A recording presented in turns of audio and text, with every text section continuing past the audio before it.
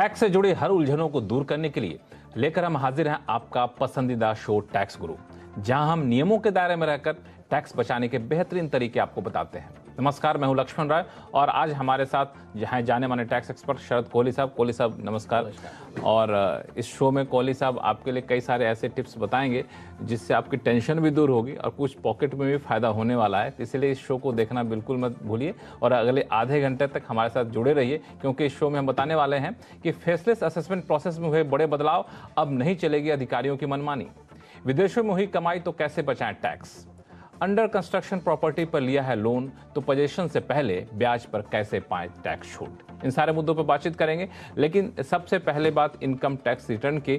जिन लोगों ने income tax return file कर दिया है, अब कईयों के मन में ये चिंता होती है कहीं उनका केस स्क्रूटनी में तो नहीं आ गया, स्क्रूटनी में आ गया तो फिर नोटिस आएगा, इनकम टैक्स विभाग को जवाब देना पड़ेगा। तो फिर राहत की बात ये निकल कर आती है कि फेसलेस असेसमेंट है तो दफ्तर के चक्कर नहीं काटने होंगे।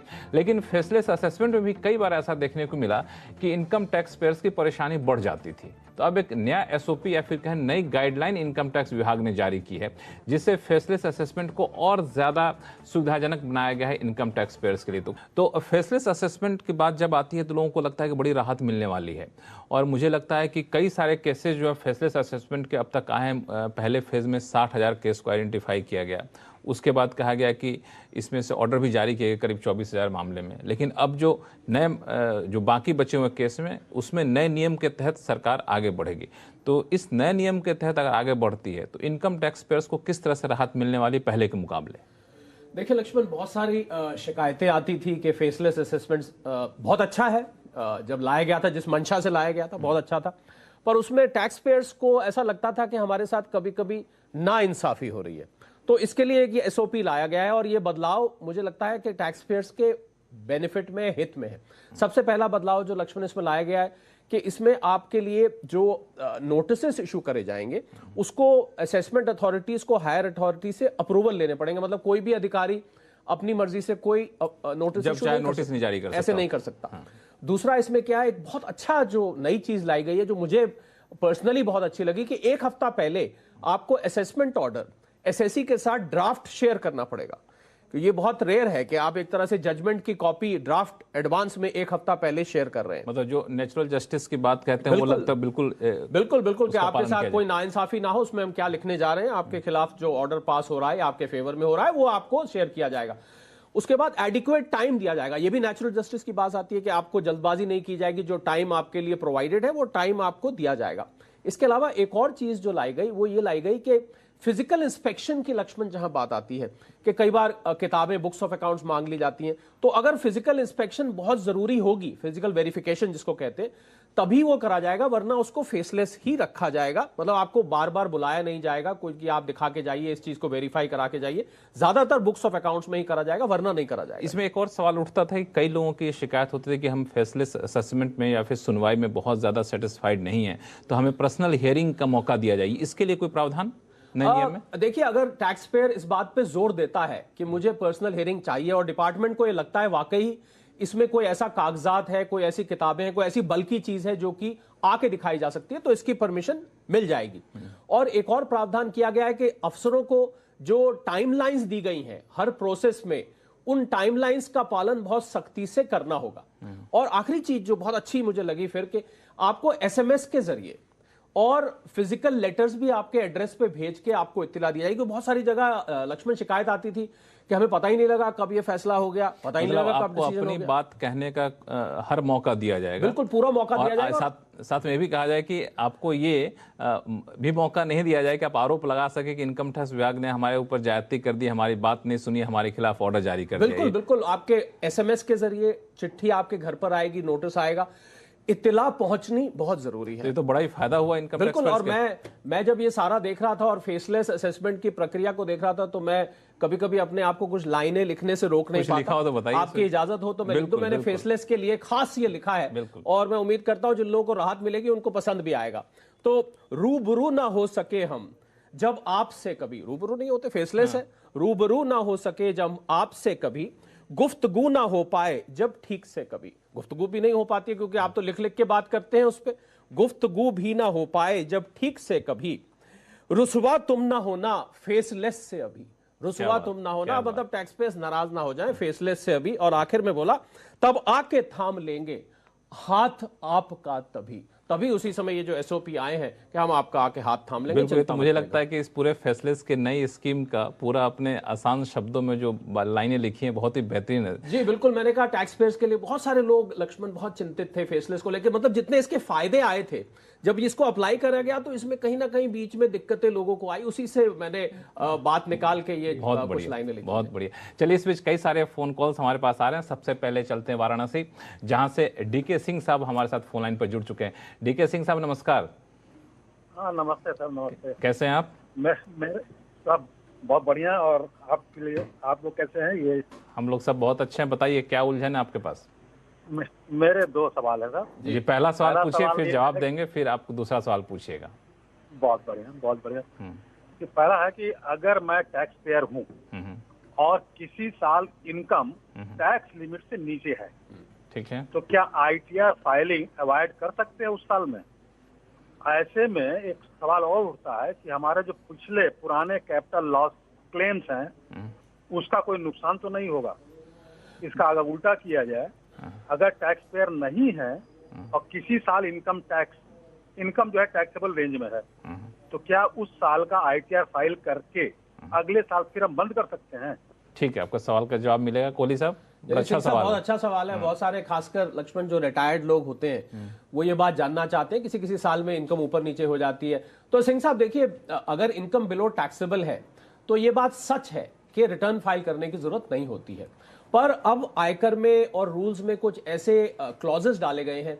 मैं उदाहरण के तौर पर बताता हूं, मान लीजिए आपने सेविंग्स अकाउंट में 50 लाख रुपए जमा कराया, या आपने फॉरेन ट्रैवल पे 2 लाख खर्च कर दिया, बिजली का बिल आपका 1 लाख आ गया, या आपका कोई रिफंड है। और आपने जो सिंह साहब बात बताई वो बहुत जरूरी है, अगर आपका ब्रॉड फॉरवर्ड लॉस है और आप उस लॉस को कंटिन्यू करना चाहते हैं, तो सिंह साहब फिर रिटर्न फाइल करना मिस मत करिएगा, क्योंकि अगर आपने मिस किया और समय सीमा के अंतर्गत नहीं फाइल किया तो फिर ये लॉस आपके हाथ से चला जाएगा, मतलब इसका कैरी फॉरवर्ड बेनिफिट आपको नहीं मिलेगा। तो सिंह साहब, आपकी बातें सुन के मुझे लग रहा है कि आपको रिटर्न फाइल करनी बंद नहीं करनी चाहिए, आप बिल्कुल फाइल करते रहिए और इसका लॉस का आगे फायदा उठाइए। इस सवाल को थोड़ा सा मैं दूसरे शब्दों में आपसे पूछना चाहूंगा, क्योंकि बड़ा ही जो छोटे टैक्स पेयर्स उनके लिए बड़ा इंपॉर्टेंट है कि मान लिया जाए पिछले कारोबारी साल में हमें इनकम टैक्स के दायरे में हम आ गए और इनकम टैक्स रिटर्न हमने फाइल कर दिया, लेकिन हमें उसमें कुछ लॉस हो गया। अगले साल कारोबारी साल में हमारा इनकम टैक्स के दायरे में नहीं आता है, हमने इनकम टैक्स रिटर्न फाइल नहीं किया, चूंकि नहीं आता तो हमने फाइल नहीं किया मान के, फिर उसके नेक्स्ट ईयर में हम इनकम टैक्स के दायरे में आ गए और हमें लॉस हो रहा है, तो क्या उसको कैरी फॉरवर्ड कर सकते हैं कि नहीं, कि बीच में चूंकि एक साल हमने इनकम टैक्स रिटर्न फाइल नहीं किया? जी हाँ, बिल्कुल यही बात सिंह साहब को मैंने लक्ष्मण इत्तला देने की कोशिश करी कि अगर बीच में आप नहीं फाइल करेंगे, फिर जो तीसरा साल आपका था, आपके वाला, उसमें आप उस लॉस का बेनिफिट नहीं ले पाए। तो बीच में इस साल का गैप मत करिए। इनकम टैक्स रिटर्न फाइल करना वैसे ही अच्छा, और आजकल तो लक्ष्मण वीजा के लिए, लोन के लिए रिटर्न की कॉपीज चाहिए होती है, तो सिंह साहब बिल्कुल फाइल करते रहिए, मेरी सलाह आपको यही है। सिंह साहब, उम्मीद करता हूँ इस सवाल का जवाब तो मिल गया होगा। अगला सवाल क्या आपका? अगला सवाल है जी, कि इक्विटी पर जो हमारा एलटीसीजी होता है, ये 10% उसमें फेयर वैल्यू का जो प्रोविजन है 2018 जनवरी या दिसंबर का, जी वो अप्लाई होता है। अगर मेरे पास में कोई इक्विटी ऐसा है तो 30-40 साल से मैं होल्ड किया हूँ, जी वैसे में अगर उसको 10% वाले कैटेगरी में लाएंगे तो हमारी टैक्स ज्यादा बन सकती है। अगर इसको जो है अदर इन्वेस्टमेंट की तरह से ट्रीट किया जाए, जिसमें इंडेक्सेशन का बेनिफिट होता है, 20% टैक्स का नियम है, तो वो क्या अप्लाई कर सकते हैं? सिंह साहब, थोड़ा सा मैं आपके तथ्य ठीक कर दूं तो आपका उत्तर आपके प्रश्न में ही छुपा हुआ है, वो क्योंकि आपको ज्यादातर जानकारी मैंने देखा है, पर थोड़ी सी करेक्शन की जरूरत है। अब ये इक्विटीज पर ये विद और विदाउट इंडेक्सेशन वाली सुविधा सिंह साहब अब उपलब्ध नहीं है, तो आपको इसको विदाउट इंडेक्सेशन 10% ही फाइल करना पड़ेगा। और मैं आपको 112A जो सेक्शन 112A है उसके अंतर्गत 1 लाख रुपए का जो बेनिफिट मिलता है वो भी आप लीजिए। इंडेक्सेशन को अब आप छोड़िए, इसको सीधा सीधा 10% आप दीजिए। ये स्विच ओवर आप नहीं कर सकते। मुझे लग रहा है इनको काफी लक्ष्मण जानकारी है और थोड़ी सी ये जानकारी ठीक करने से इनका उत्तर उसी में निकल आता है। चलिए, तो मैं उम्मीद करता हूं सिंह साहब कि आपके सभी सवालों का जवाब मिल गया होगा। फिर भी कोई उलझन हो तो आप हमें लिखिएगा tax@moneycontrol.com पर। थे अगले कॉलर हमारे साथ दिल्ली से हैं हेमंत हांडा जी। हेमंत जी नमस्कार। नमस्कार सर। बताएं क्या सवाल आपके पास। सर ऐसे मेरी डॉटर में ना आईटी कंपनी में काम करती है। अच्छा। तो उसको ना 2 लाख रुपए बोनस मिला था, रिटेंशन बोनस पिछले साल। तो उसमें ये कंडीशन थी अगर आप कंपनी छोड़ोगे तो कंपनी उसको वापस ले लेगी। ठीक है। तो कंपनी ने 2 लाख में से ना 60,000 पे 30% टैक्स काट के 1,40,000 दिया। अब वो बेटी ना कंपनी छोड़ रही है इस साल, तो अब वो 2 लाख दोबारा काट रहे हैं उसके। तो उसने उसको मिले तो 1,40 सब कट रहे 2 लाख। अच्छा, वो जो टैक्स कटा था उसके 30% स्लैब में थी, इस बार 20% में आ रही है वो। तो हेमंत जी, पहली बात तो ये लाजमी बात है, अगर बोनस मिला था लक्ष्मण ज्वाइन करते टाइम तो कहीं और बेहतर जॉब मिल रही होगी, तभी वो 2 लाख छोड़ने को तैयार है। तो कह रहे हैं कि स्लैब 30% से 20% पे आ रहे हैं अब तो। अच्छा, खैर कोई और कारण रहा होगा, वो उसको बात को छोड़ते हैं। तो जो 60,000 रुपीज हेमंत जी उनका कटा है वो उनके 26 AS में रिफ्लेक्ट हो रहा होगा। तो जो आपकी बेटिया जब रिटर्न फाइल करेंगी अपनी, तो जो टोटल टैक्स कैलकुलेट करेंगी उसमें उस 60,000 का वो क्रेडिट ले सकती हैं। भले ही कंपनी ने वापस ना किया हो पर उसका क्रेडिट ले सकती हैं, और क्रेडिट लेके हो सकता है कि रिफंड बन जाए, तो उनकी बाकी इनकम्स पर डिपेंड करेगा, इस साल की इनकम पर डिपेंड करेगा। तो अगर 60,000 रुपए एक्स्ट्रा बन रहा है तो वो रिफंड आ जाएगा, कोई बात नहीं। कंपनी ने नहीं दिया तो आप उसको आयकर विभाग से ले सकते हैं। इसलिए कंपनियां नहीं देती हैं क्योंकि जमा हो चुका होता है और उसकी फिर TDS रिटर्न रिवाइज करने का प्रोसेस बहुत कॉम्प्लिकेटेड है, कई बार नहीं भी हो सकती है।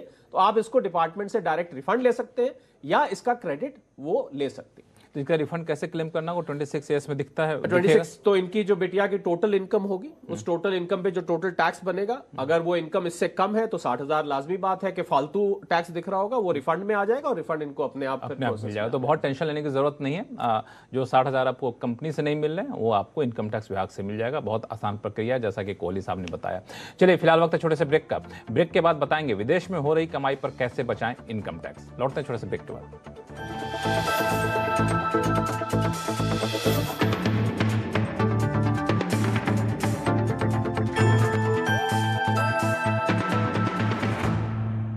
Tambo Global Industries Limited presenting its right issue of rupees 36.16 crores on NSE. Issue price of rupees 100 per equity share. Rights issue opens on 22nd August and closes on 5th September. A rights issue managed by FedEx Securities Private Limited. Gallant advance TMT सरिया, इसकी ताकत बने घर की ढाल और इसकी flexibility रखे घर को सॉलिड सालों साल। गैलेंट एडवांस TMT सरिया, निर्माण का रियल हीरो। माँ हमेशा कहती है कि चीजों में बैलेंस होना बहुत जरूरी है। हमारे श्रीराम का भुजिया बिल्कुल वैसा ही बैलेंस है, एकदम करारा, एकदम टेस्टी। आओ नए रिश्ते का स्वाद चखें। श्रीराम, नया रिश्ता नया स्वाद। Rajnandini Metal Limited. We are India's leading manufacturer of top quality industrial and domestic products. Manufacturer of copper wire rods, fine copper wire and house wire and cables. A name of trust with a legacy of 13 years. Rajnandini Metal Limited. स्वागत है आप सभी का कमाई का अड्डा में। Market के आखिरी 1.5 घंटे का सारा एक्शन। जब तक आप 710 की ट्रैजेक्टरी को रीगेन करके उसके ऊपर सस्टेन ना करें, लॉन्ग के बारे में मत सोचिए। क्लोजिंग बेल बजने से पहले कीजिए जबरदस्त कमाई। 290 का कॉल आप ले सकते हैं और यहाँ पर एक अच्छा खासा मोमेंटम बिल्ड होता हुआ दिखाई दे रहा। जाने माने एक्सपर्ट्स के साथ आने वाले 2 क्वार्टर में हमारी उम्मीद है कि स्टॉक 400 तक जा सकता है। देखिए कमाई का अड्डा के प्रायोजक हैं Radha TMT, the DNA of a stronger nation. 38,500 only. पहुंच जाएगा ना? असली है सर। सर लिमिटेड मत लगाओ, सिमिलर ही है सर। सिमिलर है पर असली नहीं है। चल निकल।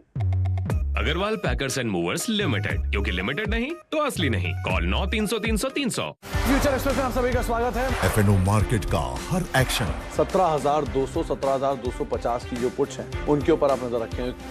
कॉल ऑप्शन लें या पुट ऑप्शन। 2350 की स्ट्राइक का कॉल ऑप्शन बाय करने की सलाह है। स्टॉप लॉस हम बनाए रखेंगे 108 का। जब तक स्टॉप लॉस बरकरार है हम इसमें बने रह सकते हैं। जानिए किन स्टॉक्स में होगी आपकी जबरदस्त कमाई।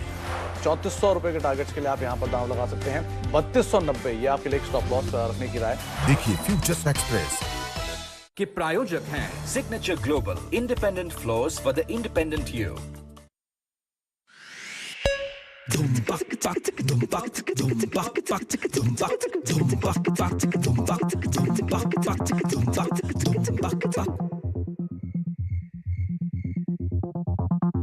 नहीं मूर्ति, कोई फायदा नहीं अब। कोई जरूरत नहीं भाई। नई कार खरीदने से पहले एको इंश्योरेंस कंपनी चेक करे और 50,000 तक बचाए।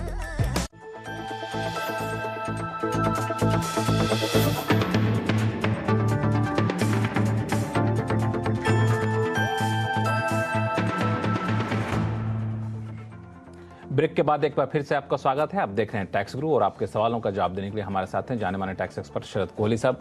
कोहली साहब, लोगों के सवाल जवाब लें उससे पहले एक सवाल जो बार बार आता है और इन दिनों इसकी प्रासंगिकता और ज़्यादा बढ़ गई है कि जो लोग भारत से जाते हैं विदेश में, वहाँ पर कमाई करते हैं, तो उस कमाई पर इनकम टैक्स कई बार उनको वहाँ भी देना पड़ता है, कई बार यहाँ भी देना पड़ता है, तो कैसे बचाया जाए दोनों टैक्स से? देखिए लक्ष्मण, दो सेक्शन होते हैं इनकम टैक्स में, सेक्शन 90 और 91। एक सेक्शन बना है जिन देशों के साथ हमारे डबल टैक्स अवॉइडेंस अग्रीमेंट है, DTAA कहते हैं, सेक्शन 9 जी, सेक्शन 90 और 91। दूसरा सेक्शन होता है जिनके साथ हमारा DTAA नहीं है। भारत सरकार जिनके साथ हमारा DTAA नहीं है उनके साथ भी हमें ये बेनिफिट देती है। मतलब ये नहीं कि आपका ऐसा देश हो, तो वहां पर आपको 2-3 चीजों का फायदा मिलता है, उसको हम FTC DTAA बता दूं दर्शकों की, दो देशों के बीच में करार होता है कि हम लोग एक दूसरे पर डबल टैक्स नहीं लगाएंगे, यानी जिस पर हमने टैक्स लगा दिया उस पर आप नहीं लगाएंगे, जिस पर आपने लगा दिया उस पर हम नहीं लगाएंगे।